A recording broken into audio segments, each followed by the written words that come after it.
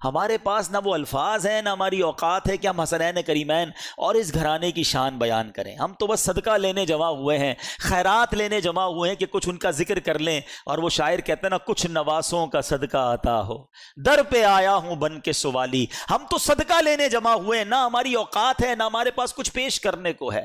تو یہ وہ ہستیاں ہیں.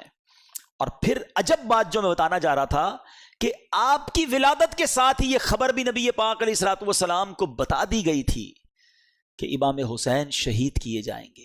فرشتوں نے آ کر بتائی تھی، اور ایک فرشتے نے تو آپ کو اس جگہ کی مٹی بھی لا کر دکھائی کہ حضور یہ وہ جگہ ہے جہاں امام حسین کو شہید کیا جائے گا. یہ سب کیا تھا؟ اچھا، امام حسین کو خود بھی پتا ہے، بی بی فاطمہ کو بھی پتا ہے، اور مولا علی کو بھی پتا ہے، کئی صحابہ کو پتا تھا کہ شہید کر دیے جائیں گے. اور یہ بھی بتایا گیا کہ حضور آپ کی امت ہی شہید کرے گی.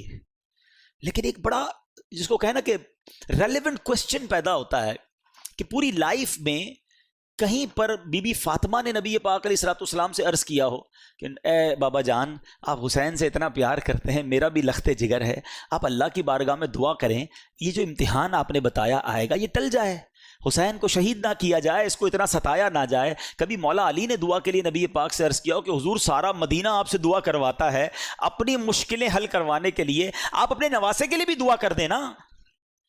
کسی نے دعا نہیں کروائی. What is the reason behind this? یہ بڑا امپورٹنٹ کوسچن ہے اور یہی سمجھنا ضروری ہے.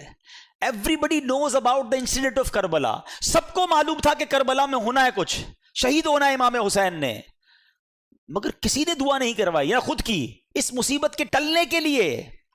سبحان اللہ. اس کا مطلب یہ ہوا every is prepare for that examination. یہ سب تیار تھے اس امتحان کے لیے، یہ اپنے بچے کو پال رہے تھے شہید ہونے کے لیے. یہ ہے نبی پاک کا گھرانہ. کہتے نا شاعر، زباں پر شکوے رنجو علم لایا نہیں کرتے، نبی کے نام لیوا غم سے گھبرایا نہیں کرتے. اور یہ ہم سب کے لیے لیسن ہے. آج میں اپنے بیان میں صرف آپ کو واقعہ کربلا یا اس کربلا کے جو حقائق ہے وہ نہیں بتانے آیا.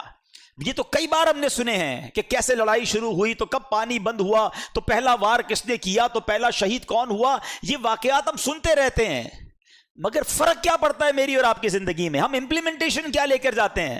ہم میں سے کئی وہ ہیں جن کی زندگی میں 40 بار عاشورہ آیا ہوگا، کسی کی زندگی میں 30 بار آیا، کسی کی زندگی میں 50 بار عاشورہ آیا. عاشورے کا دن اتنی بار آیا، فرق کیا آیا تمہاری زندگی میں؟ تم نے اپنی زندگی میں کیا سیکھا اس واقعے سے؟ آج ہم کچھ سیکھ کر اٹھے نا کہ پیغام کیا دیتا ہے کربلا کا میدان، یہ واقعہ سکھاتا کیا ہے مجھے اور آپ کو. پہلا میسج یہ سمجھو کہ ہر بندہ تیار تھا امتحان کے لیے، اور آج ہم ہیں کہ چھوٹا سا امتحان آ جائے تو زبان پر شکوہ ہے، شکایات ہیں، کمپلینز ہیں، بس یار بہت پریشان، سر میں درد ہے کہ جاتا نہیں، پیٹ کا درد تڑپاتا رہتا ہے، بس ہر وقت کمر میں درد رہتا ہے، بھائی کاروبار بڑا ہی مندہ ہے، طبیعت میں مزہ نہیں ہے، بس یار پریشان ہوں، پتہ نہیں کیا زندگی کو ہو گیا. جس کو دیکھو کمپلینز ہیں، شکر نہیں ہے، اور آزمائش کے لیے پریپیئر بھی نہیں ہے کیونکہ قرآن نہیں پڑھتے. حالانکہ قرآن میں رب عز و جل نے باقاعدہ اناؤنس کر دیا ہے. سورہ بقرہ کی بڑی مشہور آیت ہے، کئی بار سنی ہوگی، وَلَنَبْلُوَنَّكُمْ بِشَيْءٍ مِّنَ الْخَوْفِ وَالْجُوعِ وَنَقْصٍ مِّنَ الْأَمْوَالِ وَالْأَنفُسِ وَالثَّمَرَاتِ وَبَشِّرِ الصَّابِرِينَ الَّذِينَ إِذَا أَصَابَتْهُم مُّصِيبَةٌ قَالُوا إِنَّا لِلَّهِ وَإِنَّا إِلَيْهِ رَاجِعُونَ. اچھا، اسی آیت سے پہلے جو آیت جہاں سے سٹارٹ ہوا، یہ ٹاپک سٹارٹ ہوا تو کیا فرمایا؟ یا ایھا الذین آمنوا استعینوا بالصبر والصلاۃ ان اللہ مع الصابرین. پہلے سے قرآن گویا آپ کا مائنڈ سیٹ کر رہا ہے کہ دیکھو اللہ صبر کرنے والوں کے ساتھ ہے. اے ایمان والو مدد طلب کرو نماز سے اور صبر سے. اور پھر کہا اللہ صبر والوں کے ساتھ. اور پھر آگے ٹاپک شروع ہوتا ہے کہ ہم ان قریب تمہیں آزمائیں گے. وَلَنَبْلُوَنَّكُمْ. کن چیزوں سے؟ اچھا لسٹ بھی دے دی قرآن نے. تمہیں بھوک سے آزمائیں گے، غربت آ جائے گی، تمہارے پھل کم ہو جائیں گے، تمہارا مال کم ہو سکتا ہے، تمہیں خوف بھی ہو سکتا ہے دشمن کا، ڈیفیکلٹیز آ سکتی ہیں لائف میں. لیکن پھر آگے کیا کہا؟ وَبَشِّرِ الصَّابِرِينَ. خوشخبری ہے صبر والوں کے لیے. جب ان پر مشکل آتی ہے تو کہتے ہیں ہم اللہ ہی کا مال ہیں اور اللہ ہی کی طرف لوٹائے جائیں گے. تو اس کا مطلب یہ ہوا کہ ایسا نہیں ہوگا کہ زندگی میں کبھی مجھ پر اور آپ پر کوئی پرابلم نہیں آئے گی. آ چکی، آگے بھی آئیں گی. لیکن قرآن کہتا ہے خوشخبری ہے صبر والوں کے لیے کہ جب پرابلم آتی ہے تو پریپیئر ہوتے ہیں، اللہ کا شکر ادا کرتے ہیں، صبر کرتے ہیں. تو کربلا کا میدان، کربلا کا یہ انسیڈنٹ صبر کا درس دیتا ہے. آج سے نیت کریں کہ مشکلوں پر بے صبری نہیں بلکہ صبر کا دامن تھامیں گے، اللہ کی رضا پر راضی رہیں گے. اب آگے چلتے ہیں. یہ کربلا کا جب واقعہ ہوتا ہے تو امام حسین رضی اللہ عنہ کو تو دھوکے سے بلایا گیا نا. آپ تو لڑنے تو گئے نہیں تھے. لڑنے کے لیے کون بچوں کو اور فیملی کو لے کے جاتا ہے؟ آپ کو تو باقاعدہ معزز مہمان کے طور پر بلایا گیا تھا کہ حضور آپ آئیں اور آ کر ہمیں بچائیں. ہم یزید کی بیعت نہیں کرنا چاہتے، ہم آپ کی بیعت کرنا چاہتے ہیں. اور آپ پر چونکہ اتنے خطوط آ گئے، اتنی ریکویسٹ آ گئی کہ شرن آپ پر ضروری ہو گیا کہ اگر آپ نہ جاتے، کچھ لوگ کہتے نہیں جانا چاہیے تھا، اگر امام حسین نہ جاتے تو وہ کوفے والے قیامت کے دن اللہ کی بارگاہ میں عرض کرتے کہ مولا ہم نے تو امام کو بلایا تھا، وہ نہیں آئے، ہم نے مجبوراً یزید کی بیعت کر لی. تو امام پر گویا شرعن لازم ہو چکا تھا کہ آپ ان کی بیعت کر لینے کے لیے، ان کی ہدایت کے لیے، کیونکہ وہ بلا رہے تھے، آپ جاتے. اور آپ نے بہت خوبصورت پلان ترتیب دیا. خطوط آ چکے تھے، ایویڈنسز موجود تھے، مگر آپ نے کراس چیک کرنے کے لیے مسلم بن عقیل رضی اللہ عنہ کو بھیجا کہ آپ جائیے، وہاں جا کر پہلے حالات دیکھیے، پھر آپ بتائیں گے تو ہم آ جائیں گے. حضرت مسلم بن عقیل پہنچتے ہیں، سب لوگوں نے بڑا ویلکم کیا، ہزاروں لوگوں نے آپ کی بیعت کر لی. اور آپ نے خط لکھ دیا امام حسین کو کہ حضور یہاں تو ایوری تھنگ از اوکے، ہر بندہ آپ کے لیے انتظار میں ہے، آپ آئیے. انفارچونیٹلی دیکھیں کہ خط ادھر پہنچتا ہے، امام حسین ادھر روانہ ہوتے ہیں اور ادھر کوفے والوں نے غداری کی اور وہاں حضرت مسلم بن عقیل سے دھوکہ کیا. آپ کو شہید بھی کر دیا گیا، حضرت مسلم بن عقیل کے بچوں کو بھی شہید کیا گیا. اور حضرت مسلم بن عقیل رضی اللہ عنہ آخری وقت تک کہتے رہے کہ کاش میں وہ خط نہ لکھتا. آج کل کا دور تو تھا نہیں کہ کال کر دی جاتی، کوئی ذرا واٹس ایپ کر دیا جاتا. ایک خط پہنچ چکا تھا امام حسین کے پاس کہ جناب ایوری تھنگ از اوکے، آپ ٹریول کر چکے، اور ادھر حضرت مسلم بن عقیل کو شہید کر دیا گیا. اب آپ جب کربلا کے قریب پہنچتے ہیں اور آپ کو ریزسٹ کیا جاتا ہے، آپ کو انٹرسیپٹ کیا جاتا ہے جو یزیدی لشکر تھا. اب یہ لشکر 22,000 کا لشکر ہے. ایک بڑا ریلیونٹ کوسچن ہے کہ 72 لوگ ہیں جن میں بچے بھی ہیں، عورتیں بھی ہیں، ان سے لڑنے کے لیے یا ان کو گرفتار کرنے کے لیے اتنا بڑا لشکر کیوں بھیجا گیا؟ 1,000-2,000 آدمی بھیج دیے جاتے، کیونکہ یہ تو ویل ایکوپڈ بھی نہیں تھے، کیونکہ یہ جنگی ساز و سامان لے کر بھی نہیں گئے تھے. وہ سارے ایکوپڈ تھے، سارے جناب ساز و سامان کے ساتھ آئے تھے. تو جواب یہ ملتا ہے کہ وہ جانتے تھے کہ ان کی رگوں میں شیر خدا کا خون ہے، یہ اتنا آسانی سے ہاتھ نہیں آئیں گے. اگر یہ لڑنے پر آ گئے تو 2-4 ہزار تو مسئلہ ہی کوئی نہیں ان کے لیے ہے. تو اس لیے خوف کے عالم میں 22,000 کا لشکر بھیجا گیا. یہ کربلا کے اس واقعے سے ایک اور پیغام کیا ملتا ہے؟ پیغام یہ ملتا ہے کہ اس واقعے میں جو امام حسین رضی اللہ تعالیٰ عنہ کے جو قافلے والے تھے، تلواروں کے سائے تھے، دشمنوں کا خوف تھا، مگر سجدے تھے، تلاوت تھی، عبادت تھی. اور ادھر یزیدی لشکر میں ناچ تھے، گانے تھے، رقص و سرور تھا. آج ہم سب غور کریں کہ ہماری زندگی حسینی طریقے پر گزر رہی ہے یا یزیدی طریقے پہ گزر رہی. میں تو پنجتن کا غلام ہوں، بہت شوق سے پڑھتے ہیں. یہ واقعہ کربلا صرف نیاز کھانے کے لیے آیا ہے یا صرف نعرے لگانے کے لیے آیا ہے؟ کچھ سیکھنا نہیں ہے، کچھ عمل نہیں کرنا کہ میں سارا سال یزیدی طریقے پر گزاروں. ان کی راتیں رقص و سرور میں گزری، کربلا کے میدان میں بھی، اور ان کی راتیں تلاوت قرآن اور دعاؤں میں گزری. میری اور آپ کی راتیں کیسے گزر رہی ہیں؟ فلموں میں، گانوں میں، میوزک میں، اور کہتے ہیں پنجتن کا غلام ہوں.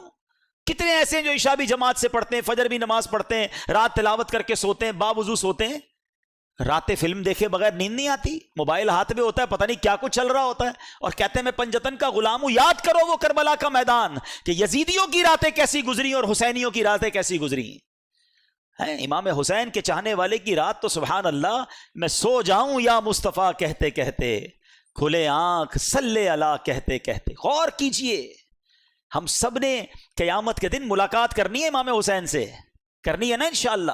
ہماری تو تمنا ہے کہ ہمارا حشر ان کے ساتھ ہو، ہم وہیں ان کے پیچھے پیچھے جنت میں جائیں گے. مگر اگر وہاں کوسچن ہو گیا کہ تم کون سے طریقے پر زندگی گزار کر آئے، حسینی یا یزیدی، وی ہیو اینی آنسر؟ یہ غور کرنا ہے. اس کربلا کے واقعے میں 2 گروپس تھے, ہمیں ایک گروپ چوز کرنا ہے, اور حقیقتاً ہمیں امام حسین کے گروپ کو چوز کرنا ہے نا, ہمیں انہی کے فٹ سٹیپ پر چلنا ہے, یزیدیوں کے پیچھے تو نہیں جانا نا. تو یہ غور کریں کہ اعمال ایسے ہیں کہ نہیں. ایک اور بڑی پیاری بات بتاؤں, 72 کربلا والوں میں سے ایک مرد واپس جاتا ہے, وہ ہیں امام زین العابدین عابد بیمار رضی اللہ تعالیٰ. ٹھیک ہے, ادھر ہزاروں واپس جاتے ہیں, یہاں تو سارے شہید ہو جاتے ہیں نا, ایک ہی واپس جاتا ہے. ایک بڑا ریلیونٹ کوسچن ہے, آپ میں سے بہت سارے دنیا کے کئی ملکوں میں گئے ہیں, کہیں کوئی ایک بندہ آپ کو ملا ہے آج تک جس نے یہ کہا ہو کہ میں اس یزیدی لشکر کی اولاد میں سے ہوں, کہ یار امام حسین سے اور ان کے ساتھیوں سے لڑنے گیا نا, میں ان کی اولاد میں سے ہوں؟ آپ کو ایک نہیں ملا ہوگا ایسا. ہزاروں واپس گئے, ان کی نسل کا, ان کی بات کرنے والا کوئی نہیں ہے. ایک حضرت عابد بیمار واپس آئے ہیں, آج دنیا کے کونے کونے میں آپ کو حسینی سید ملتے ہیں. یہ کیسے ہو گیا؟ ایک مرد واپس آیا اور نسل میں اتنی برکت. سبحان اللہ. اس سے کربلا کے اس واقعے سے سیکھنے کو ملا کہ جو چیز اللہ کی راہ میں قربان کی جائے اللہ اس میں برکت ڈال دیتا ہے. ہاں, وہ بڑی پیاری بات, بڑا خوبصورت جملہ پڑھا, کربلا کی کہانی بس اتنی سی ہے, یزید تھا حسین ہے, بس وہ ختم.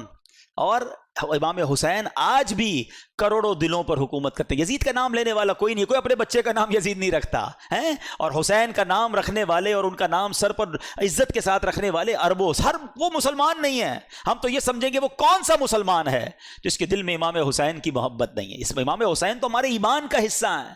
تو سمجھنے والی بات یہ ہے, سیکھنے والی بات یہ ہے کہ جو چیز, اب ذرا اس بات کو تھوڑی سی باریک باتیں سمجھیے گا, جو چیز اللہ کی راہ میں قربان کر دی جائے نا, اللہ اس میں برکت ڈال دیتا ہے. اب اس سے آپ اپنی ساری لائف کو ایزیوم کر لیں. اگر آپ چاہتے ہیں کہ آپ کی صحت میں برکت ہو, آپ اپنی باڈی کو, اپنے جسم کو اللہ کی راہ میں استعمال کریں, نماز پڑھیں, دین کے کام میں یوز کریں, اللہ آپ کی صحت میں برکت ڈال دے گا. آپ چاہتے ہیں آپ کی زبان میں برکت ہو, آپ کے الفاظ مؤثر ہو جائیں, اٹریکٹیو ہو جائیں, آپ اپنی گفتگو میں اللہ رسول کا نام لینا شروع کریں, درود پاک پڑھیں, ذکر اللہ کریں, تلاوت قرآن کریں, لوگوں کو اسلام کی نیکی کی دعوت دیں, اللہ آپ کی گفتگو میں برکت ڈال دے گا. آپ چاہتے ہیں آپ کے مال میں برکت ہو جائے, اللہ کی راہ میں مال خرچ کریں, اللہ آپ کے مال میں برکت ڈال دے گا. آپ چاہتے ہیں اللہ آپ کی اولاد میں برکت ڈال دے, آپ اپنی اولاد کو دین کے کاموں کی طرف لگائیں, اللہ اس میں برکت ڈالے گا, ان کے لیے نصیب اچھے کر دے گا. تو کربلا کا یہ پیغام ہے کہ جس چیز میں تم برکت چاہتے ہو اس چیز کو اللہ کی راہ میں قربان کرو, اللہ اس میں اور برکت ڈال دے گا. اب ایک اور میسج کربلا کا, جب امام حسین رضی اللہ تعالیٰ عنہ کو شہید کیا گیا, امام حسین گویا دنیا سے جاتے ہوئے میسج دے گئے کہ ہم تلواروں کے سائے میں بھی سجدے نہیں چھوڑتے. وہاں نمازیں قضا نہیں ہوئی. آج تمام حسینیوں کو, تمام پنجتن کے غلام کو, امام حسین کی نیاز بنانے والوں کو میسج ہے کہ کربلا والوں نے اس میدان میں نماز قضا نہیں کی, اور آج تمہاری پلنگ کے اوپر سوتے ہوئے نماز قضا ہو جاتی ہے.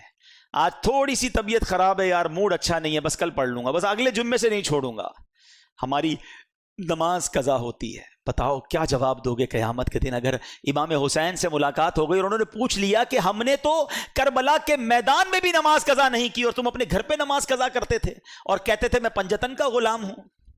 ہوگا کوئی جواب ہمارے پاس؟ آؤ آج کی مبارک رات یہ پکی سچی نیت کر کے جانا ہے کہ ایٹ اینی کاسٹ کچھ بھی ہو جائے آج کے بعد ہماری نماز قضا نہیں ہوگی. اچھا, جب سر انور کو نیزے پر اٹھا لیا گیا نا, ان یزیدیوں نے آپ کے مبارک سر کو نیزے پہ اٹھایا, تو اس وقت اس سر سے بھی تلاوت قرآن کی آواز آ رہی ہے. یہ امام حسین کی کرامت ہے. کیا خوبصورت شاعر امیر اہل سنت کے غالباً شعر آپ فرماتے ہیں, عبادت ہو تو ایسی ہو, تلاوت ہو تو ایسی ہو, سر شبیر تو نیزے پہ بھی قرآن سناتا ہے. یہ بھی پیغام تھا ہمارے امام کا کہ قرآن کتنا اہم ہے, مگر انفارچونیٹلی آج ہماری بہت بڑی تعداد کو صحیح تلفظ کے ساتھ قرآن پڑھنا بھی نہیں آتا. اچھا آتا ہے تو پڑھنے کا ٹائم نہیں ہے. ذرا سوچو کتنا خوف کا وقت ہوگا, کتنا افراتفری کا عالم ہوگا. لاشیں پڑی ہوئی ہیں مگر میرے امام تلاوت کر رہے ہیں, اور ہم اپنے گھر میں ایئر کنڈیشن چل رہا ہوتا ہے پھر بھی تلاوت نہیں کرتے. یہ موبائل ہم سے روز گھنٹوں لے جاتا ہے, سورہ ملک پڑھنے کا ٹائم نہیں ملتا، حالانکہ اسی موبائل میں قرآن بھی ڈاؤن لوڈ ہو سکتا ہے، سورہ یاسین پڑھنے کا ٹائم نہیں ملتا۔ کئی ایسے حافظ قرآن ہوتے ہیں جو دہراتے نہیں اپنے قرآن کو۔ اللہ نے اتنی بڑی نعمت دی آپ کو کہ آپ کے سینے میں قرآن محفوظ ہوا، گویا جنت کا آپ کو راستہ ٹھکانہ مل رہا تھا، اور آپ نے اسے بھلا دیا، آپ اسے بھی نہیں پڑھتے ہیں۔ نہ کریں ایسا۔ حدیث پاک کا مضمون ہے وہ دل ویران ہے جس میں کچھ قرآن نہیں ہے۔ ہم سب کے لیے کوسچن ہے کہ میرے دل میں کتنا قرآن ہے، میں کتنا روز قرآن پڑھتا ہوں۔ آؤ پلیز، یہ پیغام ہے کربلا کا۔ امام حسین کی روح بھی بہت خوش ہوگی۔ گفٹ دینا چاہتے ہو نا اپنے امام کو، ہیں ایصال ثواب کرنا چاہتے ہو، لنگر بنا کر، کھچڑا بنا کر اور جناب نیاز بانٹ کر ضرور کریں، مگر اس بار تھوڑا وہ پنجابی میں کہتے ہیں نا ذرا وکھرا، ذرا ہٹ کے آؤ، ذرا ایصال ثواب بھی کریں کہ کھچڑا ضرور بنائیں، نیاز بھی بنائیں، مگر اس بار نیازی کے ساتھ ساتھ نمازی بن کے ہم امام حسین کو ایصال ثواب کریں۔ ہیں ہم پہلے نمازی ہیں پھر نیازی ہیں، تو نیت کریں انشاءاللہ کہ اب روزانہ قرآن پڑھیں گے انشاءاللہ۔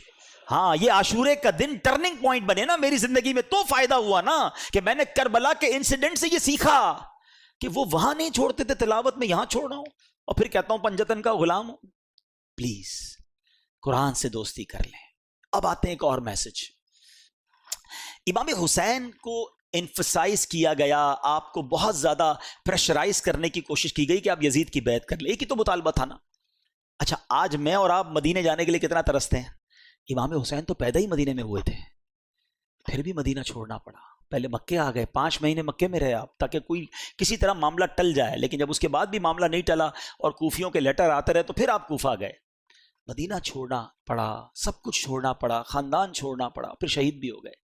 جب اتنا زیادہ برڈن ہونا، یعنی کسی کے سر پر کوئی پستول رکھ دے، تو شریعت بہت ساری چیزوں کی اجازت دے دیتی ہے کہ جب جان جانے کا خوف ہو تو کئی ایسے کام جو حرام ہوتے ہیں وہ حلال ہو جاتے ہیں فار دا ٹائم بینگ۔ اس کی پوری تفصیل ہے، یعنی اگر کوئی کسی کے ماتھے پر پستول رکھ کر بعد اللہ کہے، کفر یا کلمہ کہہ دو، تو جان چونکہ بڑی اہمیت ہے اسلام میں، تو ایک لیول ایمان کا وہ ہے کہ بندہ شہید ہو جائے، کہ نہیں کہتا، لیکن اجازت شریعت یہ دیتی ہے کہ وہ دل میں ایمان رکھ کر زبان سے کوئی ایسا جملہ کہہ دے جس سے اس کی جان بچ جائے، مگر دل میں ایمان ہونا ضروری ہے۔ یعنی میں سمجھا رہا یہ چاہ رہا ہوں کہ ایسی پوزیشن میں بہت سارے کاموں کی اجازت مل جاتی ہے، تو امام حسین بھی کمپرومائز کر لیتے، کیوں اب پورے خاندان کو شہید کروا دیا؟ یہ ریلیونٹ کوسچن بنتا ہے۔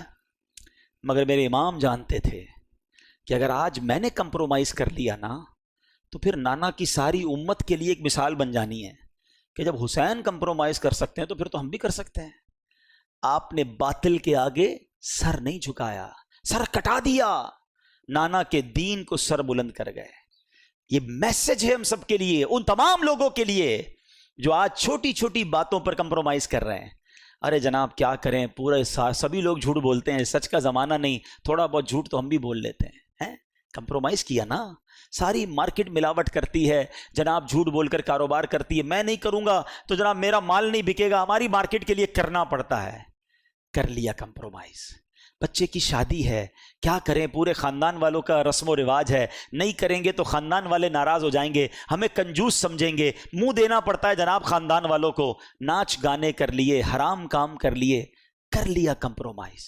ارے دوستوں میں بیٹھتا ہوں بھائی، سارے دوست اب تاش کھیلتے ہیں، سارے روز جوا کھیلتے ہیں، اب پتہ نہیں کمپیوٹر پر کیا کیا کر رہے ہوتے ہیں، تھوڑا بہت مجھے بھی کمپنی دینی پڑتی ہے ورنہ سب مذاق اڑائیں گے، تھوڑا بہت تو کرنا پڑتا ہے۔ کر لیا کمپرومائز۔ یہی تو امتحان تھا تمہارا، وہ کربلا کے میدان میں جان لٹا گئے، کمپرومائز نہیں کیا۔ لوگ کہتے ہیں ہماری کنٹری میں کرنا پڑتا ہے، کیا کریں، جاب ایسی ہے نماز کا ٹائم نہیں ملتا، کیا کریں، جاب ایسی ہے اس میں روزہ نہیں رکھ سکتے، کچھ لوگ کہتے ہیں جاب ایسی ہے داڑھی نہیں رکھ سکتے۔ تم کمپرومائز کر رہے ہو چند پیسوں کی خاطر، ہے دنیا کی خاطر۔ میرے امام نے کربلا کے میدان میں سکھایا تھا کہ باطل کے آگے سر نہیں جھکانا۔ تم ایک جگہ سے تم یہ سمجھتے ہو کہ یہ جاب چھوٹ جائے گی نماز کے لیے، ارے تم چھوڑ دو ایسی جاب، اللہ تمہیں ایسی 10 اچھی جاب عطا فرما دے گا۔ ایک در بند ہوگا، اللہ تمہارے لیے 10 در کھول دے گا۔ ہمت تو لاؤ اپنے اندر۔ پھر کہتے ہو میں پنجتن کا غلام ہوں، اور ہر بات میں کمپرومائز، ہر چھوٹی بات میں پھسل جاتے ہیں۔ کیا کریں، چلتا ہے، نہیں چلے گا بھائی، وہ چیز نہیں چل سکتی جس میں میرے اللہ اور اس کے رسول کی ناراضگی ہے، جس میں کربلا والوں کے طریقے سے ہٹ رہا ہوں، یزیدی کام کروں اور کہوں میں پنجتن کا غلام ہوں۔ سیکھو اس بات سے۔ بریلی کے تاجدار امام اہل سنت کا ایک شعر اللہ کرے دل پر نقش ہو جائے، کہتے کروں مدح اہل دول رضا، پڑے اس بلا میں میری بلا، میں گدا ہوں اپنے کریم کا، میرا دین پارائے نہ نہیں، میرا دین روٹی کا ٹکڑا نہیں ہے تھوڑے پیسوں کے لیے بیچ دوں۔ اب یہ تمہارا امتحان ہے کہ بہت سارا نفع نظر آ رہا ہے، ایک ڈیل آ رہی ہے جس میں پیسے بہت ہیں مگر ہے حرام، اللہ کی ناراضگی والی ڈیل ہے، فوراً مل جائیں گے پیسے۔ اب تمہارا امتحان ہے کہ یزیدی ہو یا حسینی ہو، اپنے دل سے پوچھو کہ یہ کام کروں گا تو کیا اللہ اس کے رسول اور اہل بیت راضی ہوں گے، یا یہ پیسے پکڑ لوں؟ نہیں، اب ٹھکراؤ اسے اور کہو میں گدا ہوں اپنے کریم کا، میرا دین پارائے نہ نہیں۔ بڑا دل تھا، بڑا ارمان تھا، ایک شوق تھا جو پورا کرنے کا موقع آ گیا، مگر وہ حرام کام کے ذریعے پورا ہو رہا ہے، نہیں کرنا۔ یہی تو تمہارا امتحان ہے نا، یہ کربلا کا پیغام ہے کہ تمہیں وہ کام سے اپنے آپ کو بچانا ہے، کمپرومائز نہیں کرنا ہے، غلط کام کی طرف آگے نہیں بڑھنا ہے۔ اگر تم واقعی پنجتن کے غلام، خدا را اس بات کو سیکھیے اور اپنی زندگی میں یہ اسٹرانگنس لائیے۔ آئیں گے ایسے امتحان اور آتے رہتے ہیں، وہی تو امتحان ہے کہ جب تمہارے سامنے حرام آیا اور تم نے اللہ اور اس کے رسول کی رضا کے لیے اسے ٹھکرا دیا۔ اعلیٰ حضرت فرماتے ہیں نا، انہیں جانا، انہیں مانا، نہ رکھا غیر سے کام، للہ الحمد میں دنیا سے مسلمان گیا۔ یہ تو ہماری زندگی کا فوکس ہونا چاہیے۔ فیملی راضی ہو جائے، دوست راضی ہو جائے، خاندان والے راضی ہو جائیں، ارے سیٹھ راضی ہو جائے، چھوڑو، پہلے دیکھو اللہ اور اس کا رسول راضی ہے کہ نہیں۔ وہ راضی ہے تو بس سب ٹھیک ہو جانا ہے۔ تم سب کو راضی کرنے کے چکر میں اپنے اللہ کو، اللہ کے حبیب کو ناراض کر رہے ہو، ایسا نہ کرو۔ یہ کربلا کا پیغام ہے۔ میں کچھ اپنی بہنوں سے بھی بات کر لیتا ہوں۔ کربلا کے میدان میں خیمے لگے ہوئے تھے اور خواتین تھی نا، تو ان خواتین میں جب ان کے سامنے خبریں آ رہی تھی کہ والد بھی شہید ہو گئے، بھائی بھی شہید ہو گئے، شوہر بھی شہید ہو گئے، بچے بھی شہید ہو گئے، تو کوئی خاتون بغیر پردے کے باہر آئیں ہیں، چیختی ہوئی، چلاتی ہوئی، چادر اتار کر۔ حالانکہ کیسا ماحول ہوگا، گھبراہٹ کیسی ہوگی کہ سارے مرد شہید ہو رہے ہیں، مگر اس کیفیت میں بھی ان کا پردہ باقی تھا۔ کیسا پیغام دیا ان پردہ دار بیویوں نے آنے والی نسلوں کی عورتوں کو کہ پنجتن کی غلامی یہ ہے کہ کسی صورت میں بھی پردہ نہیں ضائع ہونا چاہیے۔ مگر آج بازاروں میں گھوم رہی ہیں ہماری بہنیں بے پردہ، کہتے ہیں جناب عورت کی آزادی ہے۔ یہ کیسی عورت کی آزادی ہے؟ ایک طرف کہتے ہو امام حسین اور کربلا والوں کے چاہنے والے ہیں، اور دوسری طرف بے پردہ عورت کو گھومنا کہتے ہیں عورت کی آزادی ہے۔ بڑا پیارا واقعہ ہمارے نگران شورا نے بیان میں سنایا کہ ایک شخص نے، ایک غیر مسلم تھا، اس نے ایک مسلمان سے کہا کہ یہ تمہاری عورتیں، تم لوگوں نے عورتوں کو قید کیا ہوا ہے، کوئی ہاتھ ہی نہیں ملا سکتا ان سے، ہمارے یہاں تو جو دیکھو شیک ہینڈ کر لیتا ہے، اور تم اپنی عورتوں کو دوسرے مردوں سے ہاتھ بھی نہیں ملانے دیتے۔ تو مسلمان نے کہا یہ بتاؤ تمہارے ملک کی ملکہ سے کوئی ہاتھ ملانا چاہے تو ملا سکتا ہے؟ کہا نہیں، ملکہ تو بہت بڑی شخصیت ہوتی ہے، اس سے تو چند سلیکٹڈ لوگ ہی ہاتھ ملا سکتے ہیں، باقی لوگ تو اس کے قریب بھی نہیں جا سکتے۔ کہ تمہارے ملک میں ایک ملکہ ہے، ہماری ہر عورت کو ہم نے ملکہ کا درجہ دیا ہے، ہماری ہر عورت کی عزت ہے، ہماری ہر عورت سے صرف وہی ہاتھ ملا سکتا ہے جس کو شریعت اجازت دیتی ہے، باقی ہر ایرا غیرہ نتھو غیرہ ہماری عورت کو ٹچ نہیں کر سکتا۔ یہ اسلام نے ان کو مقام دیا تھا، مگر ہم چاہتے ہیں نہیں جناب وہ مقام چھین لیا جائے اور عورتوں کو ان وحشت ناک لوگوں کے حوالے کر دیا جائے، اور کہتے ہیں یہ آزادی ہے۔ خدارا میری بہنیں، میری مائیں، جس پنجتن پاک اور بی بی خاتون جنت کی ہم قریض کہلانا چاہتی ہیں، اب پہلے ڈیسائیڈ کر لینا میری بہنیں کہ کس کی غلامی اختیار کرنی ہے۔ تو نے جنت بی بی فاطمہ کی، ان کے ساتھ جنت میں جانا ہے یا فلم ایکٹریس کے ساتھ جنت میں جانا ہے؟ جنت میں کیا جائیں گے، بعد اللہ جہنم میں۔ خود سوچیں کہ ہم کس کے پیچھے چل رہے ہیں، یہ کدھر لے کے جا رہا ہے معاشرہ ہم کو۔ کربلا کا یہ پیغام میری بہنوں کے لیے ہے کہ وہ جو بیبیاں تھیں وہ پردہ دار تھیں، آپ بھی پردہ دار رہیں۔ اور آخری بات، باتیں تو بہت ساری ہیں لیکن وقت کافی ہو گیا، اب آخری بات، امام حسین کی سیرت سے ایک اور بات سیکھنے کو ملتی ہے، کسی پر ظلم کرنا حسینی طریقہ نہیں ہے۔ اچھا ہم پتہ کیا سمجھتے ہیں، ہم سمجھتے ہیں ظلم جو ہے نا قتل کرنا ہی ہے۔ میں کہاں ظلم کرتا ہوں، میں نے کب کسی کو قتل کیا ہے، کسی کی ٹانگیں نہیں توڑی۔ یہ بھی ایک بڑا عجیب کانسیپٹ ہے۔ ہاں ظلم صرف کسی کو قتل کرنے، کسی کا سر پھوڑنے اور کسی کو جناب زد و کوب کرنے کا انعام نہیں ہے۔ ظلم کے بارے میں چند باتیں بتاتا ہوں۔ آستینیں چڑھائیں، کسی کی طرف لپکے، اس کو ڈرایا، یہ بھی ظلم ہے۔ کسی کو گھور کر دیکھا، وہ سہم گیا، یہ بھی ظلم ہے۔ مذاق اڑایا کسی کا، نام رکھتے ہیں نا، ٹھنگنا، کالا، موٹا، چھوٹا، عجیب عجیب نام رکھے ہوئے ہیں، یہ بھی ظلم ہے جی جناب. کسی کا جوئے کے ذریعے مال بٹور لیا، یہ بھی ظلم ہے. سود کے ذریعے مال لے لیا، یہ ظلم ہے. ناپ تول میں کمی کر کے مال چھین لیا، یہ بھی ظلم ہے. رشوت لی جو ظلم ہے. والدین کو ستایا ظلم ہے. پڑوسی کو تکلیف دی ظلم ہے. رات کو شور شرابہ کر کے، نائٹ کرکٹ کھیلنے والوں، ساری رات شور مچا کر لوگوں کی نیندیں برباد کرنے والوں، یہ بھی ظلم ہے. ظالم یزید تھا. بتاؤ اب کس طریقے پر چلنا ہے؟ ہاں سوچو. غلط پارکنگ کرتے ہیں، سوچتے بھی نہیں نا، بیڑا جو ہوتا ہو دیکھا جائے گا، میرا کام تو ہو جائے. چاہے بیچارہ وہ گھر سے نکل ہی نہ سکے، اس کا دروازہ لاک کر دیا، یہ بھی ظلم ہے. بہتان لگایا، الزام لگایا، ظلم ہے. ظلم ہوتا ہے، چاہے چھوٹا ہو یا بڑا ہو. ظلم کرنا یزید کا طریقہ ہے، حسین کا نہیں رضی اللہ تعالیٰ عنہ. اب سوچ لو کہ ہم کس پیرائے میں زندگی گزار رہے ہیں. ہمیں اگر کسی کے ساتھ ہم نے یہ ظلم کیے ہوئے ہیں نا، تو ہمیں معافی مانگنی ہوگی. ہمیں تھوڑا سا دل بڑا کرنا ہوگا. ادھر مانگ لو ورنہ ادھر پچھتائیں گے، ادھر کچھ بھی نہیں بن سکے گا. میں آج ایک واقعہ پڑھ رہا تھا، کیا واقعہ ہے، اور اس نے ہلا دیا نا. حالانکہ یہ واقعہ صحابہ کرام کے ساتھ ہوا، مگر دیکھو یہ ہوتی ہے معافی. ہوا یہ، حضرت ابو ذر رضی اللہ تعالیٰ، ان کو ایک صحابی نے دیکھا کہ وہ اپنے غلام کے ساتھ ہیں. ان کے کپڑے بھی ویسے ہی، غلام کے بھی ویسے ہی، کوئی فرق نہیں، بالکل ایک جیسا ہی سٹائل، کھانا پینا بھی ایک جیسا. تو کہا ابو ذر آپ کیسے کپڑے پہن کے گھوم رہے ہیں؟ کہتے میرے ساتھ ایک واقعہ ہوا. میں خلاصہ عرض کر رہا ہوں، ویسے بخاری شریف میں یہ حدیث موجود ہے، اور پھر اس کی شرح میں علماء نے اور بھی بہت کچھ لکھا.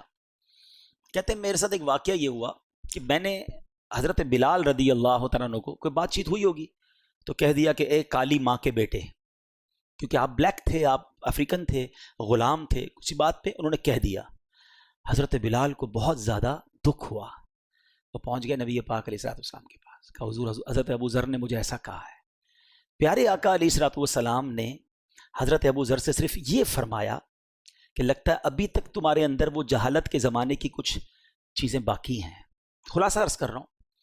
حضرت ابو ذر رونے لگے، اتنا روئے، اتنے پریشان ہوئے کہ باہر گئے اور حضرت بلال سے کہا بلال، جب تک تم میرے منہ پر اپنا پیر نہیں رکھو گے میں سمجھوں گا مجھے معافی نہیں ملی ہے. یہ کیسی معافی تھی، یہ کیسی ندامت تھی.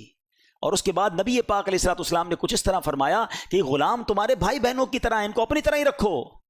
تو کہتے ہیں اس دن سے اب میں اپنے غلاموں جیسا ہی لباس پہنتا ہوں، ان کے ساتھ ہی کھاتا ہوں، ان جیسی لائف اسٹائل گزارتا ہوں. یہ جگرا تھا نا کہ اگر غلطی ہوئی تو فوراً معافی بھی کیسی مانگی. آج ہمارے دوستوں کو، غریبوں کو جو جی چاہتا ہے کہہ کے گزر جاتے ہیں. ارے یار کوئی بات نہیں، چلتا ہے، اس کا تو ایسا ہی ہے معاملہ ہے، کیا کر لے گا، نوکر ہی ہے نا میرا، غریب ہی ہے بیچارہ، کیا کر لے گا. نہیں میرے میٹھے اسلامی بھائی، وہ بھی دل رکھتا ہے. حضرت بلال چلے گئے تھے نا نبی پاک کے پاس، وہ اللہ کی بارگاہ میں آج بھی ہاتھ اٹھا کے جا سکتا ہے کہ یا اللہ اس نے میرا دل دکھایا ہے. پھر یاد رکھنا تتر بتر ہو جاؤ گے. ہم نے چلتے کاروبار تباہ ہوتے دیکھے ہیں، چلتی صحت ختم ہوتے دیکھی ہے.